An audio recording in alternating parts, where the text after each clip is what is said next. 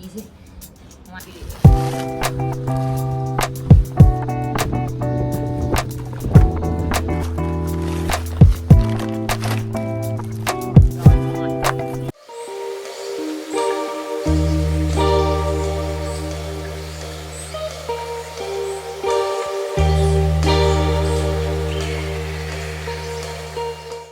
Hello guys and welcome back to my channel once again. Ngasigi video sigi thumbnail ga title ga uraga budi khangbiramani mayam ngasigi video se unboxing video ordune mayam ado ai ngasi ki video se aina ke unboxing tawduna habdo new me da ge aina pot har chain bane bako do new me gi pot am khatang lak tangairi aduna AJIO da gi pot loi thumare bako do AJIO gi pot sing do loina mak unboxing tawjarage mayam ado aina sida mathak te gi sido aina mak pukhala ai takhaleba ꯀꯩꯅꯣꯝꯗ ꯍꯥꯞꯆꯜꯂꯒ bag ꯑꯃꯗꯀꯣ ꯑꯗꯨꯒ ꯀꯩꯅꯣ ꯕꯦꯛꯇꯣ ꯂꯣꯏ ꯍꯥꯞꯆꯜꯂꯒ ꯄꯨꯔꯒ ꯀꯥꯈꯠꯂꯛꯑꯦ ꯑꯗꯨꯒ ꯑꯩꯁꯦ ꯉꯁꯤꯁꯦ ꯑꯟꯕꯣꯛꯁꯤꯡꯁꯦ ꯃꯊꯛꯇ ꯑꯣꯏꯅ ꯇꯧꯔꯒꯦ ꯇꯧꯕꯅꯦ ꯅꯨꯡꯁꯤꯠꯁꯨ ꯌꯥꯝ ꯁꯤꯠꯂꯦꯕꯀꯣ ꯑꯗꯨꯒ ꯌꯥꯝꯅ ꯍꯥꯏꯗꯤ ꯅꯨꯡꯉꯥꯏꯌꯦꯕꯀꯣ ꯑꯗꯒꯤ ꯕꯦꯛꯒ꯭ꯔꯥꯎꯟꯗꯁꯨ ꯌꯥꯝ ꯐꯖꯩꯅꯦ ꯁ꯭ꯀꯥꯏꯒꯤ ꯃꯊꯛꯇ ꯁ꯭ꯀꯥꯏ ꯉꯥꯛꯇ ꯉꯥꯏꯔꯦ ꯑꯗꯨꯅ ꯑꯩꯅ ꯃꯊꯛꯇ ꯑꯣꯏꯅ ꯑꯟꯕꯣꯛꯁꯤꯡꯁꯦ ꯇꯧꯖꯔꯒꯦꯅ ꯇꯧꯕ ꯑꯗꯨꯒꯤ ꯚꯤꯗꯤꯑꯣꯁꯦ ꯑꯩ ꯃꯌꯥꯝ ꯍꯧꯖꯔꯛꯑꯒꯦ ꯑꯗꯣ ꯃꯌꯥꯝ ꯄꯨꯟꯅ ꯌꯦꯡꯕꯤꯌꯣ ꯑꯗꯨꯒ ꯃꯌꯥꯝ ꯅꯨꯡꯉꯥꯏꯕꯤ ꯇꯥꯔꯒꯗꯤ ꯂꯥꯏꯛ ꯁꯦꯌꯔ ꯑꯦꯟ ꯁꯕꯁꯀ꯭ꯔꯥꯏꯕ ꯇꯧꯕ ꯀꯥꯎꯕꯤꯔꯝꯒꯅꯣ ꯑꯗꯣ ꯑꯩ ꯚꯤꯗꯤꯑꯣꯁꯨ ꯃꯈꯜ ꯄꯨꯔꯒ ꯂꯥꯛꯆꯒꯦ ꯃꯌꯥꯝ ꯍꯧꯖꯔꯒꯦ ꯃꯌꯥꯝ ꯑꯩ ꯁꯤꯒꯤ ꯚꯤꯗꯤꯑꯣ ꯃꯌꯥꯝꯁꯦ ꯑꯌꯥꯝꯕꯅ AJIOꯗꯩ ꯑꯣꯔꯗꯔ ꯇꯧꯕ ꯉꯥꯛꯇꯅꯦꯕꯀꯣ ꯑꯗꯨꯒ AJIOꯒ SHEINꯒ ꯃꯣꯏ ꯀꯣꯂꯥꯕꯣꯔꯦꯁꯟ ꯇꯧꯕ ꯀꯩꯅꯣꯗꯣ ꯑꯗꯨꯗꯩꯁꯨ ꯂꯧꯋꯦ SHEINꯗꯩꯁꯨ ꯂꯧꯋꯦ ꯑꯗꯣ ꯃꯣꯏ AJIOꯗ ꯌꯥꯎꯋꯦꯕꯀꯣ ꯑꯗꯨꯒ ꯅ꯭ꯌꯨꯃꯤꯗꯩ ꯑꯃꯈꯛꯇꯪ ꯂꯥꯛꯇ ꯉꯥꯏꯔꯤ ꯅ꯭ꯌꯨꯃꯤꯗꯁꯨ ꯕꯥꯏ ꯋꯥꯟ ꯒꯦꯠ ꯋꯥꯟ ꯒꯤ ꯑꯣꯐꯔ ꯇꯧꯔꯤꯉꯩꯗꯁꯨ ꯑꯩ ꯃꯌꯥꯝ ꯆꯦꯟꯈꯤꯕꯅꯦꯕꯀꯣ ꯑꯗꯣ ꯑꯗꯨꯒꯤꯅ ꯇꯣꯉꯥꯟꯅ ꯑꯃꯨꯛ ꯍꯥꯞꯆꯔꯛꯑꯒꯦ ꯑꯗꯨꯒ ꯁꯤꯒꯤꯁꯤꯅ ꯁꯣꯜ ꯗꯤꯐꯦꯛꯇꯔꯗꯩꯁꯨ ꯆꯦꯟꯒꯤꯒꯨꯝ ꯇꯧꯕꯅꯦ ꯑꯗꯣ ꯑꯗꯨꯒꯤꯅ ꯑꯇꯣꯞꯄ ꯚꯤꯗꯤꯑꯣꯗ ꯑꯣꯏꯍꯜꯂꯒꯦ ꯑꯗꯣ ꯁꯤꯃꯇꯪ ꯑꯣꯏꯔꯕꯅꯤꯅ ꯁꯤꯗꯤ ꯌꯥꯎꯍꯜꯂꯛꯑꯅꯤ ꯑꯗꯣ ꯁꯤ ꯍꯥꯟꯅ ꯑꯟꯕꯣꯛꯁꯤꯡ ꯇꯧꯖꯔꯒꯦ ꯁꯤꯕꯨꯗꯤ ꯈꯣꯡꯎꯞꯅꯦ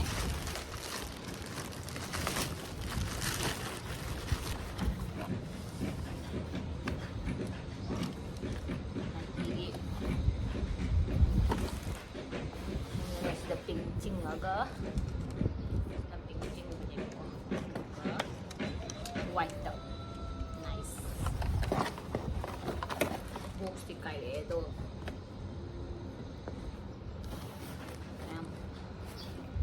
phajai de dum comment na piro do ai do ai yam paame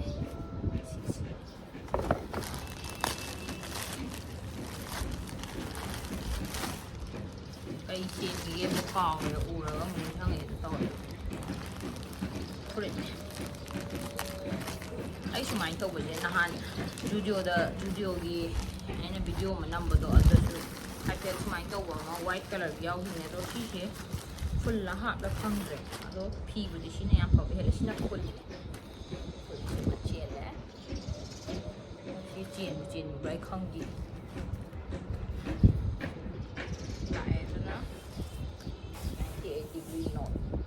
full ornament si di kalen yo probably na silit pa yaro ingam ta lit out ham tabni ale re ai to photo di yeng kan di pa me tin nen di do la kan da na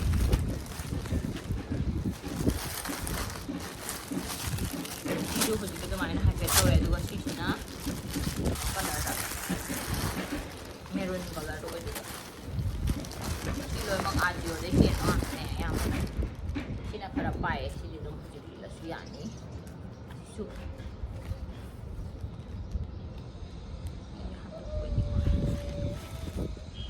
khi ta thì đi có cái tấm phao và đi gọi lên rồi có cái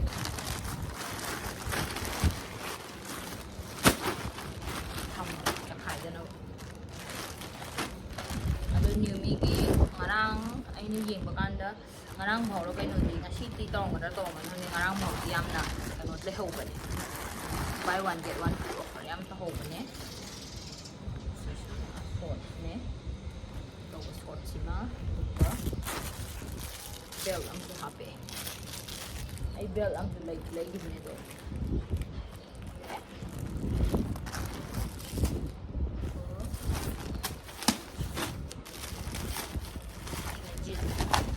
packing atau di direct yang ni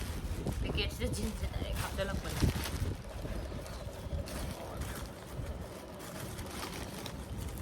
exactly semua tu color dia ai di ꯂꯩꯔꯝꯕꯁꯨ ꯍꯧꯖꯤꯛꯇꯤ ꯂꯩꯇ꯭ꯔꯦ ꯑꯗꯣ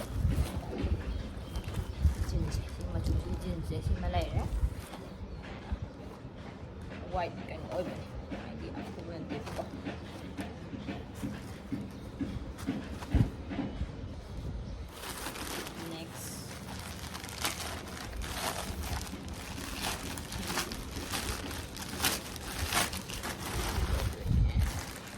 Itu innerwear nih pokok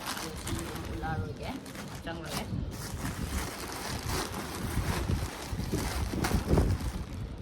Sudah, bel ordoman. Bodoh kan sudah malah dari tondo soal dengan dia semua tondo.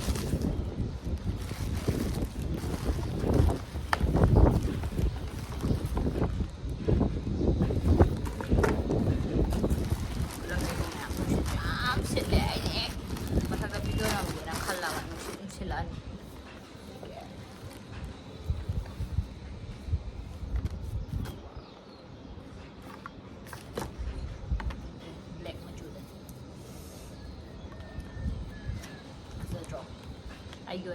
ꯌꯥꯝ ꯄꯥꯝꯃꯦꯕ ꯃꯥꯏ ꯁꯨꯃꯥꯏꯅ ꯍꯥꯏꯗꯤ ꯌꯥꯝ ꯊꯤꯅ ꯆꯥꯎꯕꯁꯨ ꯍꯥꯟꯅ ꯍꯥꯏꯗ ꯆꯥꯎꯕꯁꯨ ꯑꯩ ꯄꯥꯝꯗꯕꯀꯣ ꯑꯗꯨꯒ ꯁꯤꯁꯦ ꯑꯩꯒꯤ ꯑꯣꯏꯅꯗꯤ ꯌꯥꯝ ꯄꯥꯝꯃꯦ ꯑꯗꯨꯒ ꯍꯧꯖꯤꯛꯀꯥꯟꯗꯤ ꯑꯗꯨꯝ ꯈꯣꯡꯒ꯭ꯔꯥꯎꯁꯨ ꯌꯥꯝ ꯀꯟꯅ ꯍꯣꯡꯕ ꯍꯥꯏꯗꯤ ꯁꯥꯏꯖꯇꯨ ꯆꯞ ꯆꯥꯟꯅꯅ ꯁꯦꯠꯄꯅꯤꯅ ꯍꯥꯏꯗꯤ ꯄꯦꯇꯤꯁꯤ ꯁꯨꯝ ꯁ꯭ꯇꯥꯏꯜꯒꯤ ꯋꯥꯅꯦꯕ ꯁ꯭ꯇꯥꯏꯜꯒꯤ ꯑꯣꯏꯅꯗꯤ ꯁꯤꯒꯤꯁꯦ ꯆꯞ ꯆꯥꯔꯦ ꯑꯗꯨꯅ ꯁꯤꯁꯤꯃ ꯂꯩꯔꯦ ꯕꯦꯜꯠ ꯑꯗꯨꯒ ꯁꯤꯁꯤꯅꯅꯦ ꯑꯣꯌꯦꯂꯥꯅ ꯁꯨꯝ ꯏꯟꯁꯇꯥꯒ꯭ꯔꯥꯝꯗ ꯑꯦꯗꯁ ꯊꯥꯔꯛꯄꯗ ꯍꯥꯏꯗꯤ ꯑꯦꯗꯁ ꯀꯩꯅꯣ ꯃꯣꯏ ꯇꯧꯔꯛꯄꯗꯣ ꯃꯣꯏ ꯋꯦꯕꯁꯥꯏꯠꯀꯤ ꯑꯗꯒꯤ ꯑꯩꯅ ꯈꯣꯡꯒ꯭ꯔꯥꯎ ꯑꯃ ꯂꯩꯕꯅꯦ ꯃꯄꯥꯟꯗꯤ ꯍꯥꯡꯗꯣꯛꯈ꯭ꯔꯦ ꯁꯤꯒ ꯑꯩꯅ ꯁꯤ ꯐꯨꯔꯤꯠꯇꯨꯒ ꯂꯩꯕꯅꯦ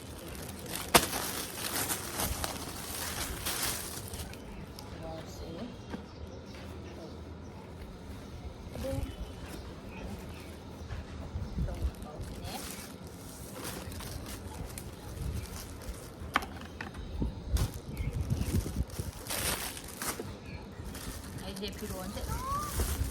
लाइदी लाइ से दिखुदे सेटे सेट फम अदुम सेटपदो लाइदी दम लाइरगा ओ पेटी सी बॉक्स में हचन बिगरे दुना कार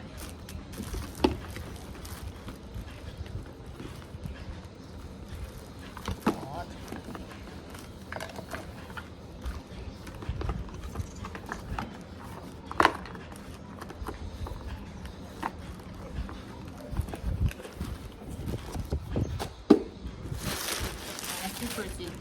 क्रॉप शर्ट ने फुल स्लीव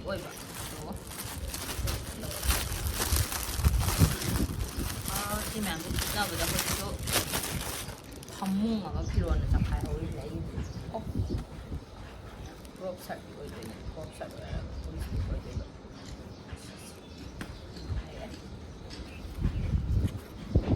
पुलप लोसलुरगे नत्रदि ची चारनी लोई लोसलुरगे मोन ngata लोई लेहौरबनि ai लोई चखाइबनि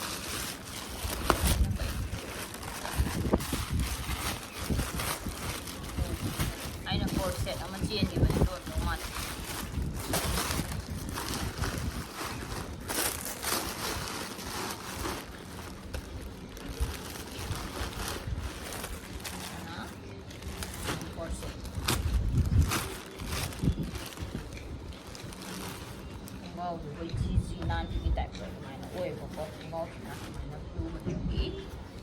ब्लैक से हाँ सेलमे हूँ ब्लैक मचूद सेट्रेब डार्क है खितंग मम्ब मचू डार्क ब्लू सूमायना नत्रग ब्लूदो खले अमूबदी पांग सेट्रे अमूबसे है खंगेको अई वखलना खंगे चानदबदो सूमायना क्रॉप शर्ट लिटनब सेटने कोर सेट लापने लेरे एमेजोन लापने अतोप पोट सेगाई थोड़ा क्यूट चेंबने मरी सांग पुब यारे थबकूब थोपान अनक पोचे चुपान पुनबाना लेने बेग बेग थल अमखत ꯌꯥꯝꯗꯧ ꯃꯥꯟꯗꯦ ꯄꯣꯠ ꯑꯅꯤ ꯑꯍꯨꯝ ꯌꯥꯎꯋꯦ ꯑꯃꯁꯨ ꯌꯥꯎꯔꯤꯕ ꯃꯥꯜꯂꯦ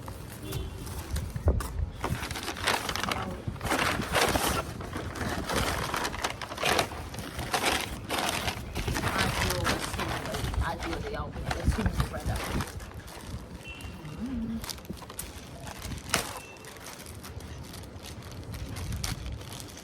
ꯄꯣꯠꯁꯤ ꯁ꯭ꯋꯥꯏꯗ ꯆꯦꯔꯪ ꯃꯌꯥꯝ ꯄꯥꯏꯕꯁꯤꯗ ꯄꯣꯠꯁꯤ ꯃꯔꯦꯡ ꯆꯠꯂꯤ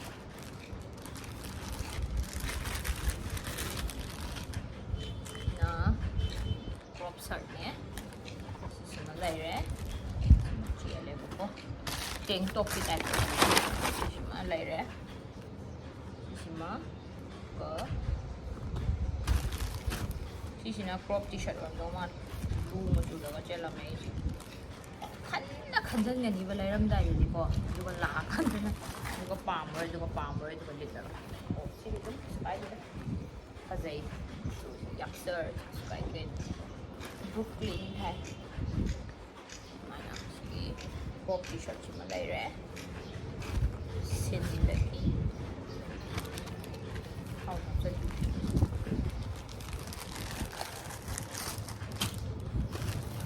sisina khunga oide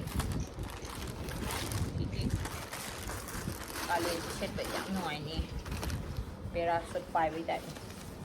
ai di track suit ki dai the track pen ki dai to bu ko mana to mouse oire blue sisu black ki nate bu ko dark blue or si khatane mayam ai unboxing tawba loire ado mayam video se nungai bitaraga like share and subscribe to ko biramgano ko nang hala kiki se mai na si je ina iru de thokpiragan ado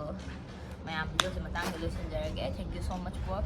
watching see you again in my next video bye bye